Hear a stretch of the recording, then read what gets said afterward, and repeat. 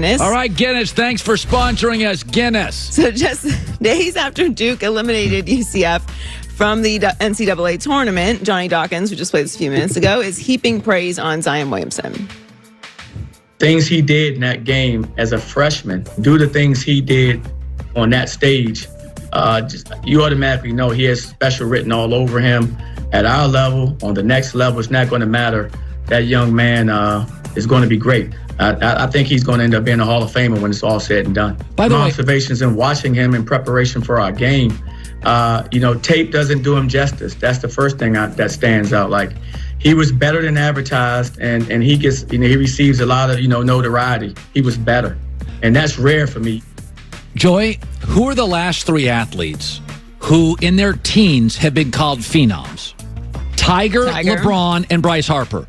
Well, Serena also. Yeah. Okay. 4 for 4. Why is everybody afraid to just say it? This kid's unbelievable. It's not that I'm afraid that people are saying it. And it's not that maybe Zion can't handle the pressure. But here's what we do every single year. We do it with football. We're doing it with Kyler Murray right now. We do it with every prospect that comes out in the NBA draft. Who are they? What's their projection? What's their ceiling? And it's what we do, and it's okay. We want to compare games so we can know what to expect. And we haven't seen them play in the NBA yet, so we want to create this visual for ourselves. Right. Hall of Fame, for someone who has never played one literal second of NBA basketball, just feels a bit unfair. It doesn't to me, because we're not calling Kyler Murray Hall of Famer. Tiger, LeBron, Serena, Bryce were like the chosen one. And we were always, I think the media, by the way, Sports Illustrated said that about LeBron. Those are journalists. Sports Illustrated said it about Serena. Sports Illustrated said it about Bryce Harper. I don't think we ever heap Hall of Fame on any. We're 4 for 4 in my lifetime of this is different. And I think he's he's of course different. He has already shown in the college basketball game that he is different. He just the attention alone that he generates, you cannot manufacture that. When you watch something on TV and everyone sees the same thing and we don't even have to have an argument about it, we're all in agreement Zion is incredible. Yeah. He has made Duke likable. Right. That alone is a feat in itself. Like he is an incredible athlete to watch. I just feel like it's unfair to put something like Hall of Fame on him right now, and then it goes into his career. If it doesn't end up being a Hall of Fame career, then I'm like, well, was Zion ever really as good as he said he was? If Zion can't handle this pressure, I'm not saying it's on Zion. Zion didn't ask for this, and I'm sure if you asked him about it, he would say it's ridiculous because it's a little premature. Finally, the Houston Rockets want everyone to know who their MVP pick is. No surprise. First, PJ Tucker arrived with James Harden to last night's game against the Bucks, and he wore this shirt. Then after losing to the Bucks, Chris Paul let everyone know that it should not affect James Harden's MVP case.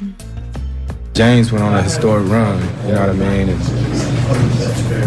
Obviously I'm biased about the MVP and whoever or whatnot, but those of you that decided on head-to-head games with a few games left in the season, good luck with that. For our radio listeners, PJ Tucker's shirt said, I'm with the MVP. Who cares? Bottom line, this game didn't mean anything. Houston's totally built for the playoffs. No one was deciding who the MVP was based off of this game. That's not how the MVP is determined. And I don't even care that Milwaukee blew them out. Milwaukee is Derrick Rose's Bulls, the Toronto Raptors, the Atlanta Hawks, the Celtics before.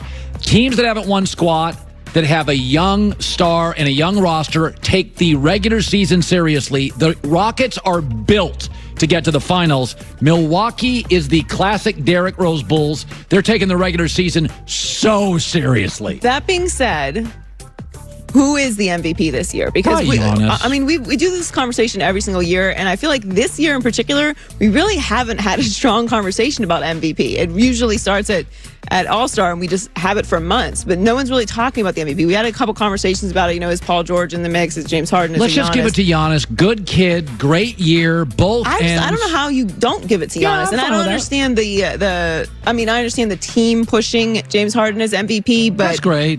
It's Giannis. And that's okay. And to be honest, Giannis isn't concerned about it either. He said himself, he doesn't care about the MVP. He's trying to get to the finals and win championships. MVP's never meant anything in terms of championships, so it doesn't, to me... it's obviously an incredible accomplishment as an individual. It's not something that you should be aiming for, because that means that's That's where your attention is. Here's all you need to know about MVP awards. Kevin Durant wins MVP of the finals every year. The Warriors win without him. Without Steph this year, they're sub 500. Durant's not the most valuable Warrior, and he wins finals MVP. MVP awards don't mean squat. We can't even figure out what the word valuable means. We do have a bit of a problem figuring out. Valuable's not great. That. Kevin Durant's greater than Curry. Curry's way more valuable as a member of the Warrior. I just think it should change it to best player, best team. There you go. That would be a lot of BT. That just doesn't work. It's a lot. We can find a better name for it, but that's really what it is. It's what it's become. Yeah. Like best season on best team or closest to best team. We'll have to figure out a better name for it. But yeah, I agree. Like the valuable thing makes it a bit confusing. All right, Joy Taylor with the news. Well, that's the news. And thanks for stopping by. The Herd Line Okay, News. by the way, Nick Wright apparently passed out when I said I would trade LeBron for Zion. He has regained consciousness in the last 30 seconds. But we have so many things to talk about with Nick Wright. I worry about his health because I said it's not going to happen, but LeBron is a great brand and a declining asset, and Zion is, if you look at the history of the NBA, is going to give you 14 years of amazing. So Nick Wright has regained consciousness. He is okay. Let's get him a cold towel and a glass of water, and he's going to join us coming up next. My guy, Nick Wright, co-host First Things First in the Herd.